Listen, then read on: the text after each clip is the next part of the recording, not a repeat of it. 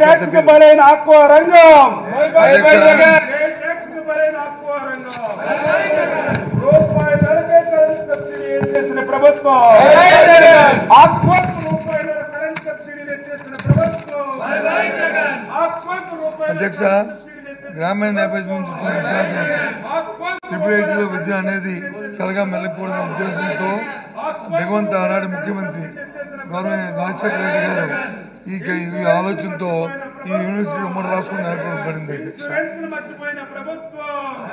ఈ triple IT ఏదైతే దేశం మొత్తం మీద ట్రిపుల్ ఐటీ ఉన్నది ఏ రకమైన ప్రాధాన్యత సంతరించుకుందో అదేవిధంగా మన ఆంధ్ర రాష్ట్రం కూడా ఈ ట్రిపుల్ ఐటీ పెట్టిన దగ్గర నుంచి ఇవాళ కూడా మంచి ప్రాచుర్యం సంపాదించింది. అధ్యక్ష గ్రామీణ ప్రాంతంలో ఎవరైతే 10వ తరగతి విద్యార్థులు ఉత్తీర్ణత అత్యధిక మార్కులు తెచ్చుకున్నారో వారందరికీ కూడా ఇందులో సీట్లు కేటాయించడం జరుగుతుంది. అధ్యక్ష రాష్ట్రంలో 4 campus, 1 Nuzvid, 2 R K, 3 Ongole, 4 Srikakulam.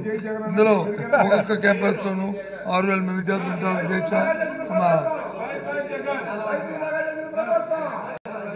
6,000 మంది అధ్యక్ష 24 మంది విద్యార్థులతో ఈ క్యాంపస్ నడుపుతుంది. అధ్యక్ష దీంట్లో చేస్తున్న అమెంటు ఏదైతే ఛాన్సలర్, వైస్ ఛాన్సలర్ అలాగే వారితో పాటు ఉన్న రిజిస్ట్రారు వాళ్ళకి ఇంతమంది ఉన్న నియామకాల్లో ఉన్న నిబంధనల్ని మార్చాము. అధ్యక్ష ఇంతకుముందు ఛాన్సలర్ ఇంతకుముందు ఈ రోజు వరకు కూడా ఛాన్సలర్ అనే వారి వ్యక్తి బయట నుంచి మనం వారిని అపాయింట్ చేసాం. అధ్యక్ష సెర్చ్ కమిటీ ద్వారా.